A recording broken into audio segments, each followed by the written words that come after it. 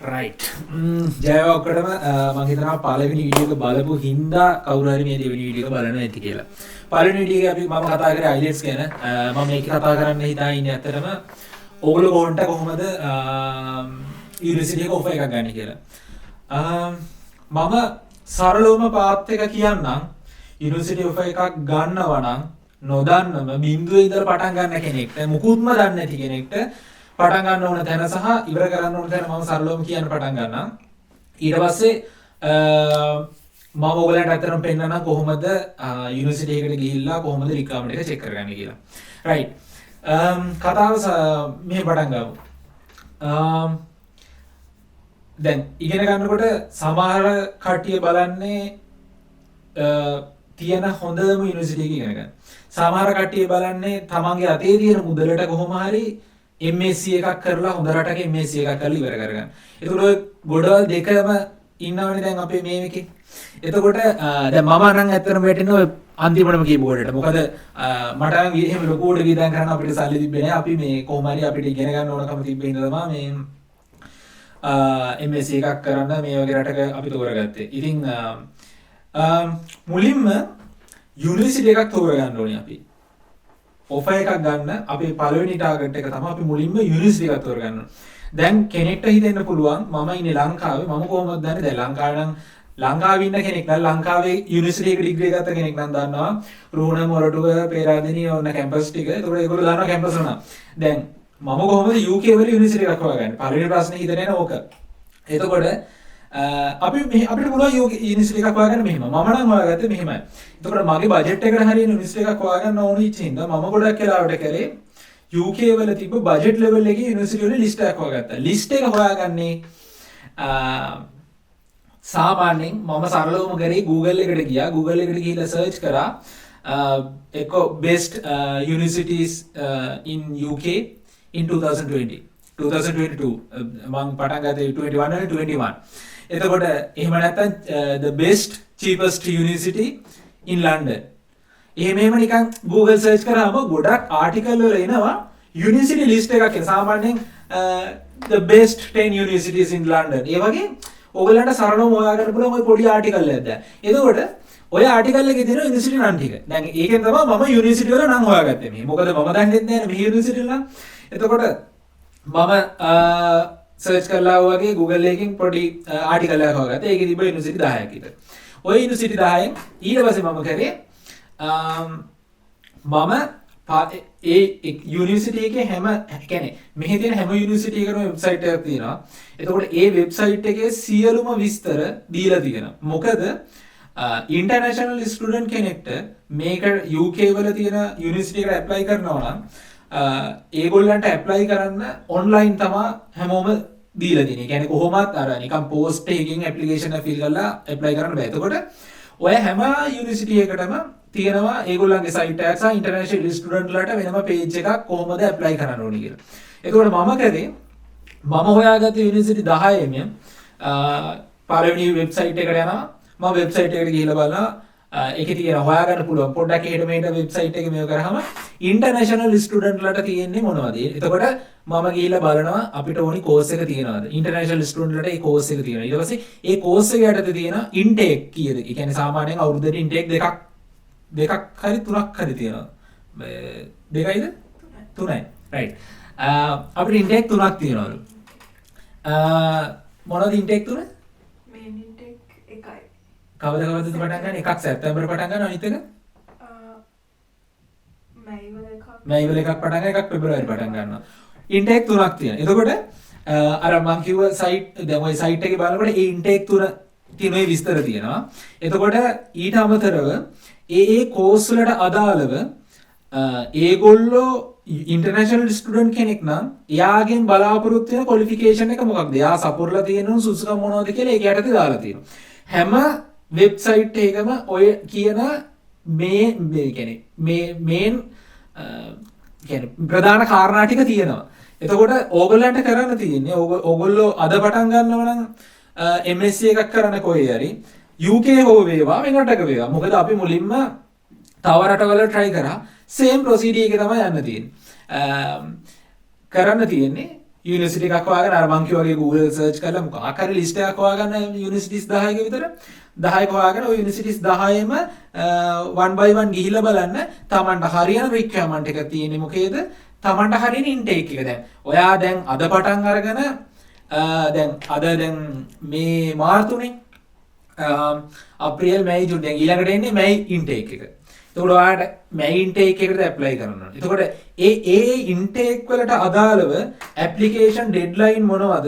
application ඒ කියන්නේ application බාර ගන්න open කරන්නේ කවද්ද? ඒ හැම විස්තරයම හැම website එකකම තියෙන ඒ අදාළ universities වල. ඒතර ඕගලන්ට කරන්න තියෙන්නේ ඕගලන්ට හරියනවයි කියලා හිතන ඔයාගේ සුදුසුකම් වලට හරියනවයි කියලා හිතන යුනිවර්සිටි එකක් තෝරගන්න. ඔයාට රෙඩි වෙන්න පුළුවන් ඉන්ටේක් එකක් තෝරගන්න. හදිස්සියට තෝරගන්න එපා ඊළඟ මාසේ පටන් ගන්න ඉන්ටේක් එක. සමහර විට ඩෙඩ්ලයින් එක ඒ කියන්නේ ඩෙඩ්ලයින් එක තව දවස් දෙක තුනක් තියෙන්න පුළුවන්. ඒ වුණාට ඔයා මතක තියාගන්න දැන් මේක කරන්න පටන් ගත්තට පස්සේ ඔයාට සල්ලි රෙඩි කරගන්න ඕනේ. එතකොට ඔයාගේ ડોකියුමන්ට්ස් ටික ඔක්කොම ඔයාලා රෙඩි කරලා තියෙන්න ඕනේ. එතකොට ඔයගේ තව තියෙනනේ කාරණා ටිකක් ඔය ටික රෙඩි කරගන්න කාලේ තියාගෙන පටන් ගන්න. එහෙම නැත්නම් හදිසියට මේන් ටේක් එකට පටන් ගන්නවා කියලා ඔක්කොම කරගෙන ගිහිල්ලා දාලා නිකන් අර වැඩේ හිර කරගන්න බෑ.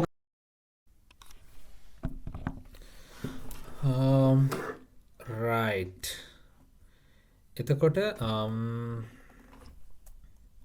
හරි අපි බලමු එහෙනම් කොහොමද මම සරලවම කියන්න යුනිවර්සිටි එකක් හොයාගන්න දැන් ඔය මම කියපු ටික මම නිකන් පොඩ්ඩක් ඔයගලන්ට පෙන්නන්නම් මම කරේ කොහොමද කියලා. මේක එච්චර අමාරු වැඩක් නෙමෙයි. අපි මුලින්ම අපේ ඕන දෙයකට තයි ලේ වගේ Google එකට ගිහිල්ලා ඔන්න මම බලන්නේ මම ඔයගලන්ට කියන්නම් කොහොමද best university එකක් හොයාගන්න කියලා. හරිද? best 10 universities in UK බාන්න දැන් මේක නිකම් එනවා. එතකොට දැන් මේකෙම මේ මට ආපු පළවෙනි එකම මම ඇත්තටම මේ try කරනවා. එතකොට මේකේ තියෙනවා top 10 universities in the UK international ranking 2022. okay. දැන් එතකොට මෙතන තියෙන university Oxford තියෙනවා, Cambridge තියෙනවා. මේ ඔක්කොම ගොඩාක් කියන්නේ well established වෙච්ච universities. එතකොට අපි නිකන් එකක් අරගෙන බලමු මම මේ කියපු ටික කොහොමද අපි හොයාගන්නේ කියලා. මම මේ පළවෙනි එකම ගන්න නැහැ. අපි බලමු නිකන් මේ මැදින් එකක් අරගෙන මම මේක ගැන දන්නේ නැහැ. අපි මේ වගේ එකක් ගත්තොත් මම මගේ සබ්ජෙක්ට් එකෙන්ම පෙන්නන්නම්. මම කම්පියුටර් ඉන්ජිනියරින් කරපු කෙනෙක්. එතකොට අපි ගොඩාක් බැලුවේ data science ඉගෙන ගන්න. එතකොට right මේකේ එතකොට දැන් මේ තියෙනවා දැන් මම මේ site එකට ගියාම මේ study portals කියන site එකේ master programs තියෙන්නේ මොනවද? humanities මේ medicine and health එතකොට තියෙනවා අපිට තව computer and ITC. එතකොට මේකේ තියෙනවා MSc තියෙනවා advanced design advanced technology right. දැන් අපි දන්නවනේ යුනිවර්සිටි එකේ නම. අපි එතනින් එහාට පටන් ගමුකෝ ඒකෙන්ම. මම යුනිවර්සිටි එකේ නම copy කරලා අපි හොයාගමු යුනිවර්සිටි එකේම site එක. right. මේ තියෙන යුනිවර්සිටි site එක. හරි. okay I am okay with the cookies. දැන් අපිට මේකේ හොයාගන්න තියෙන්නේ දැන් මේකේ නම් සරලවම මෙතන තියෙන undergraduate postgraduate කොහොමද තියෙන්නේ කියලා. තමන්ට ඕන මොකක්ද කියලා සර්ච් කරන්න පුළුවන්. දැන් හිතන්නකෝ මම රිසර්ච් බේස් යනවයි කියලා. එතකොට මම මෙතන මම කැමති data science වලට මම මෙතන ගහනවා data. නිකන් data කියලා සර්ච් කරනවා. මොකක් හරි එන්නේ නැත එතකොට. එතකොට search result වල තියෙන්නේ මට තියෙනවා high performance computing and data science software. මේක PhD එකක්. අපිට PhD එකක් ගන්න බෑ මට. මම හොයන්නේ MSc එකක්. එතකොට මේකේ තව මොනවද තියෙන්නේ? මේක ඇත්තරම PhD දෙකක් තියෙනවා. ඊට අමතරව හැබැයි මම මේ රිසර්ච් තෝරපු හින්දා මං හිතන්නේ අපි බලමු මෙන්න මේ taught කියන එක taughting search කරලා මේකේ MSc තියෙනවා. මේ bio informatics තියෙනවා, data science තියෙනවා right. එතකොට මම මගේ සබ්ජෙක්ට් එක මම data science තෝර මම එතකොට data science course එක තෝරගන්නවා මෙතන. එතකොට දැන් මට මේකේ හොයාගත්ත හැකි MSc එකක් මේක ෆුල් ටයිම් පාර්ට් ටයිම් දෙකම ඔෆර් කරනවා. ඊට පස්සේ මෙතන තියෙනවා මේ දැන් තියෙන්නේ සෙප්තැම්බර් ඉන්ටේක් එකට තමයි මේගොල්ලෝ ගන්න. එතකොට මේකට ඇප්ලයි කරනවා නම් මේක මේ ඒ කියන්නේ මේක දැන් මෙතන ඔප්ෂන් තුනක් දීලා තියෙනවා. එකක් පාර්ට් ටයිම් 2 years කරන්න පුළුවන්. එහෙනම් ෆුල් ටයිම් 1 year කරන්න පුළුවන්. ඊට පස්සේ මෙතන ප්‍රෝග්‍රෑම් ඩිස්ක්‍රිප්ෂන් එක දීලා තියෙනවා. මේ කියන්නේ හැම සයිට් එකකම වගේ මේ බේසික් ටික තමයි තියෙන්නේ. අමාරු නෑ. ප්‍රෝග්‍රෑම් ස්ට්‍රක්චර් එක මොකක්ද? ෆස්ට් ඉයර් සෙකන්ඩ් ඉයර් දැන් ඔයා පාර්ට් ටයිම් කරනවා නම් කොහොමද යන්නේ? ලර්නින් අවුට්කම්ස් අපිට මේව වැඩක් නෑ. එන්ට්‍රි රික්වයර්මන්ට්ස් මෙන්න මේක අපිට වැදගත්. මොකද මාර ඔයගලන්ට පළවෙනි වීඩියෝ එකේ කිව්වා වගේ මේ එන්ට්‍රි රික්වයර්මන්ට්ස් වල තමයි තියෙන්නේ ඔයාව මේකට සුදුසු නැද්ද කියලා. දැන් මේකේ හැමෝම අහන එක අපි මුලින්ම බලමු ඉංග්‍රීසි ලැන්ග්වේජ් ටෙස්ට් එක. IELTS නම් ඒගොල්ලෝ බලනවා ටෝටල් 7 තියෙන්න ඕන. ඊට අමතරව ඒගොල්ලෝ තව ඔප්ෂන් දීලා තියෙනවා TOEFL කියලා එකක්. TOEFL මම හිතන්නේ ඊට අමතරව තියෙනවා මෙතන your English language qualification must be no more than 3.5 years old from the study program. ඒ කියන්නේ මේ කියන්නේ ඔයාට ගොඩාක් පරණ එකක් ඉදිරිපත් කරන්න බෑ මේකේ. මේකට PT එකත් ඒගොල්ලෝ වැලිඩ් කියලා දීලා තියෙනවා. මේක සම්පූර්ණයෙන් උගන්වන්න ඉංග්‍රීසි වලින්ලු. මේකේ තවත් අපිට ඕන නම් දැනගන්න තවත් පේජ් එකට යන්න පුළුවන්. ඒකේ තවත් තියෙනවා කොහොමද qualifications ඒගොල්ලෝ බලන්නේ කියලා ඇත්තටම. එතකොට මේ වගේ වාට හොයාගන්න පුළුවන්. දැන් මේකේ නම් ඇත්තටම IELTS ඉල්ලලා තියෙනවා. එහෙම නැත්තම් මේ තියෙන සුසුකම් වලින් එකක් තියෙන්න ඕන. එතකොට මේ සුසුකම් වලින් එකක් නැත්තම් ඔයාට IELTS කරන්න වෙනවා. ඒක තමයි හොඳම ඔප්ෂන් එක. ඊට පස්සේ මේක තමයි දැන් මේක ඉංග්‍රීසි රික්වයර්මන්ට් එක. ඊට පස්සේ ඔයාලට බලන්න පුළුවන් මේකට කොච්චර මුදලක් වැය වෙනවද කියලා. දැන් එතකොට මේකේ නම් මේ කෝස් එකට දැන් මම බලන්නේ යුනිවර්සිටි එක The University of Edinburgh එකේ එතකොට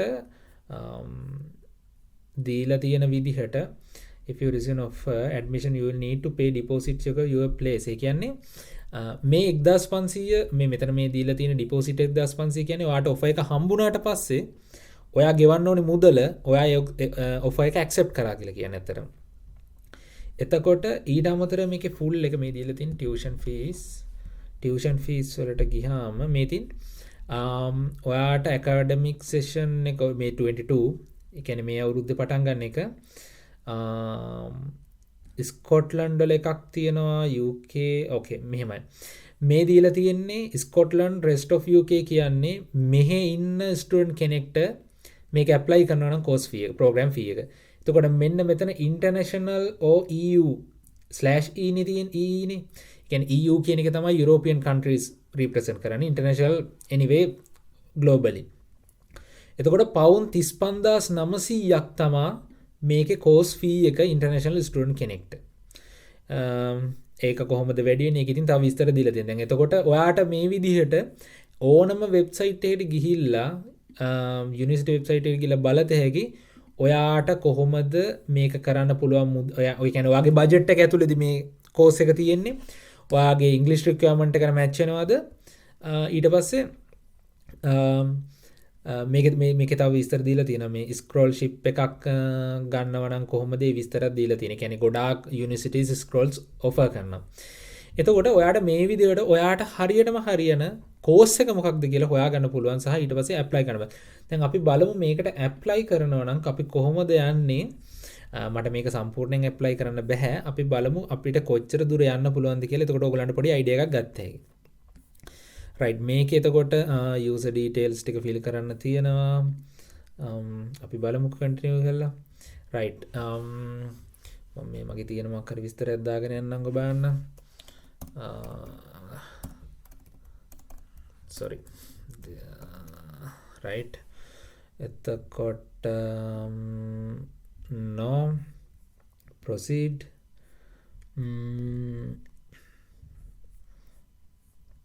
proceed දැන් මේ වගේ දැන් මේකේ දැන් මේ විස්තර ටික දැන් මෙන්න ආවා. දැන් ඊට පස්සේ දැන් මේක තමයි ඇප්ලිකේෂන් එක. හැම වෙබ්සයිට් එකම මීට සමානුරූපී වෙච්ච මොකක් හරි එකක් තමයි තියෙන්නේ.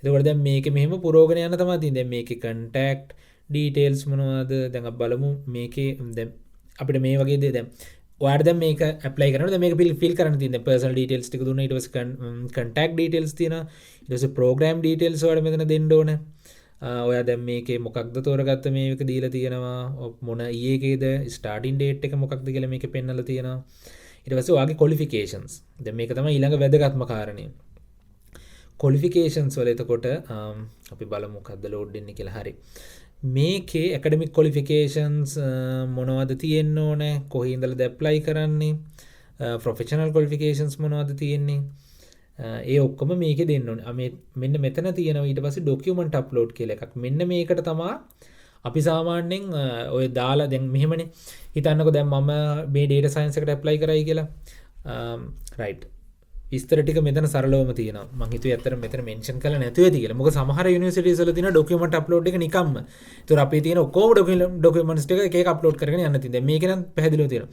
මේකේ නම් මේ ඔෆර් එක දාන්න මේ කියන්නේ මේ ඔෆර් එකට ඔය ඇප්ලයි කරනවාට ඕන වෙනවා ඩිග්‍රී සර්ටිෆිකේට් එක ඊට පස්සේ English if your degree certificate is not in English please upload translation ඒ කියන්නේ ඉංග්‍රීසි වලින් නැත්නම් translation එකක් දාන්න ඕන ඊට පස්සේ transcript එක ඉල්ලලා තියෙනවා ඊට පස්සේ ඉල්ලලා තියෙනවා මේ එක ඉංග්‍රීසි වලින් නැත්නම් transcript එක professional certifications ඒ කියන්නේ ඔයාලට professional level එකේ ඩියු මොනවා හරි තියෙනවා නම් certifications හම්බෙච්චා ඒව apply කරන්න පුළුවන් එතකොට මෙතන තියෙනවා English language certificate එක මේකේ directly ඉල්ලලා තියෙනවා if your first degree was not instructed and examined in English ඒ කියන්නේ මේක ගොඩාක් වෙලාවට මේක ඕන වෙන්නේ කෙනෙක් ගේ පළවෙනි කියන්නේ යා කරලා තියෙන මොකක් හරි first degree එක bachelor degree එක ඉංග්‍රීසි වලින් නැති වුනහම අපිට මෙන්න මේ requirements ගොඩාක් mandatory වෙනවා. හැබැයි දැනට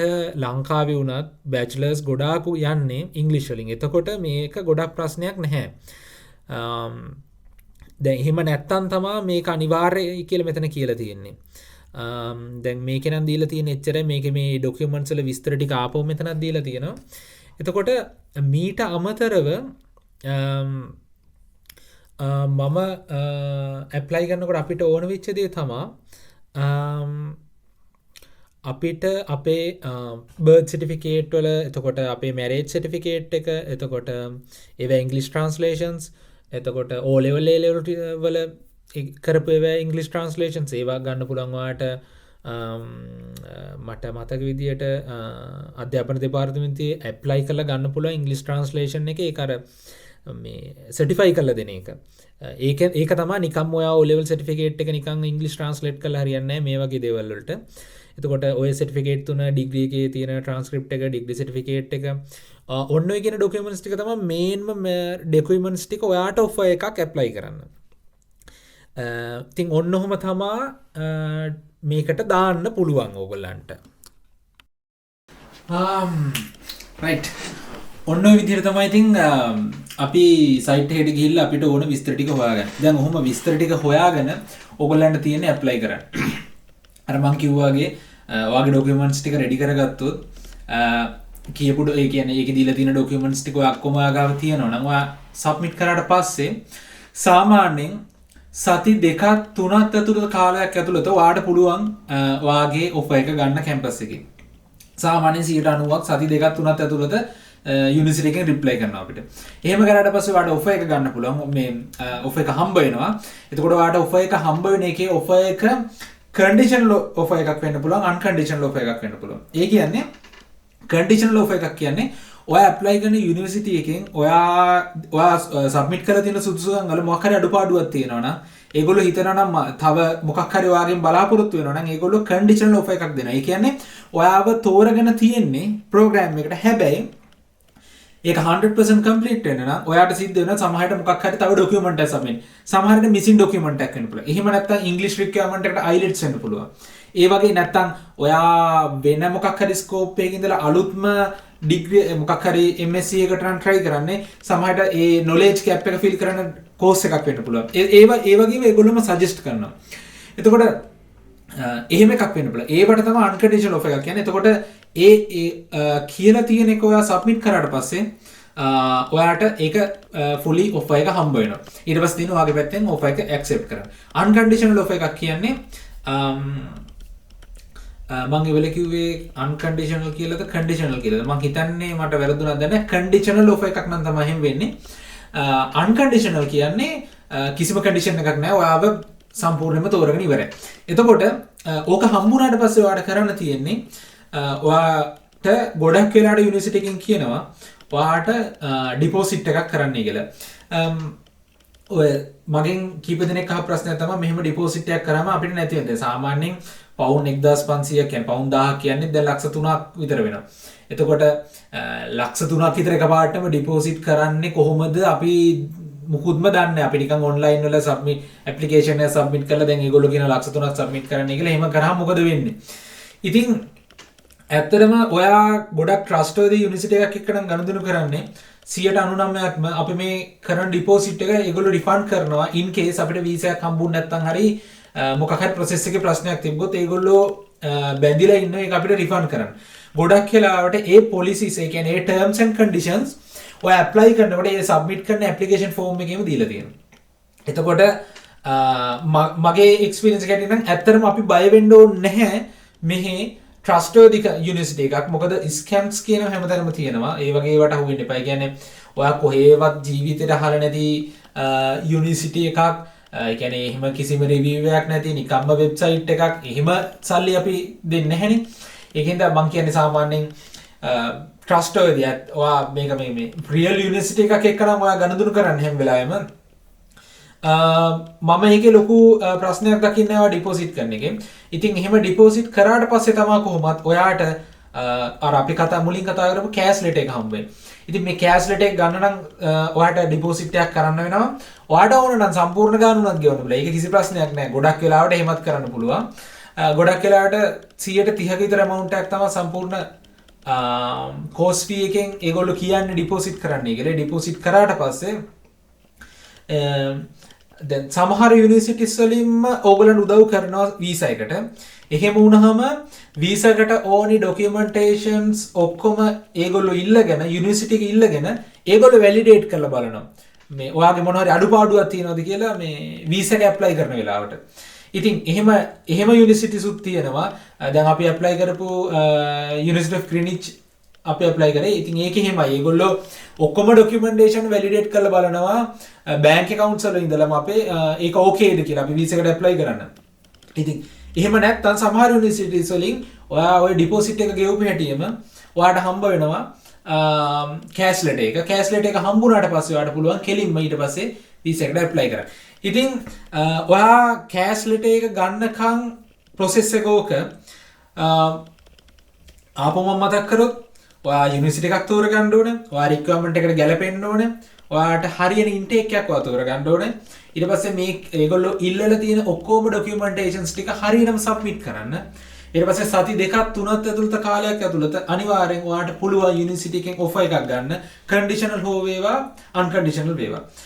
එහෙම ඔෆර් එකක් ගත්තට පස්සේ ඔයාට තියෙන කන්ඩිෂනල් එකක් නම් ඒකට ඒගොල්ලෝ ඉල්ලලා තියෙන දේ බලන්න මොකක් හරි ඩොකියුමන්ට් එක මිස්ප්ලේස් එකක් වෙන්න පුළුවන් ඒ වගේ පොඩි ගැටලුවක් වෙන්න පුළුවන් නැත්නම් සමහරට IELTS සබ්මිට් කරන්න වෙන්න පුළුවන් මට IELTS කරලා එක්ස්පීරියන්ස් එකක් නැති හින්දා මම IELTS ගැන කතා කරන්න යන්නේ නැහැ එක්සෑම් එකේ කොහොමද කරලා පුළුවන් තරම් ඉක්මනට සබ්මිට් කරන්න කියලා එච්චර විස්තරයක් මට කියන්න බෑ මම එහෙම කරපු කෙනෙක් කන්ටැක්ට් කරලා ඒ විස්තර ටික පුළුවන් නම් දෙන්න try කරන්න ඉතින් මෙහෙම ඔයා ඔෆර් එක ගන්න තියෙන ඊට පස්සේ ඔෆර් එක ගත්තට පස්සේ ඔයාට තියෙන ඩිපොසිට් කරන්න ඒගොල්ලෝ ඉල්ලන amount එක ඒ ඉල්ලන amount එක ගොඩක් වෙලා රිෆන්ඩබල් ඔයා in case ඔයාට වීසා එක හම්බුනේ නැත්තම් ඒ ඩිපොසිට් එක දුන්නාට පස්සේ ගොඩක් වෙලාවට ඊළඟ ස්ටෙප් එක තමයි ඔයාට කෑෂ් ලෙටර් එක හම්බ වෙන එක.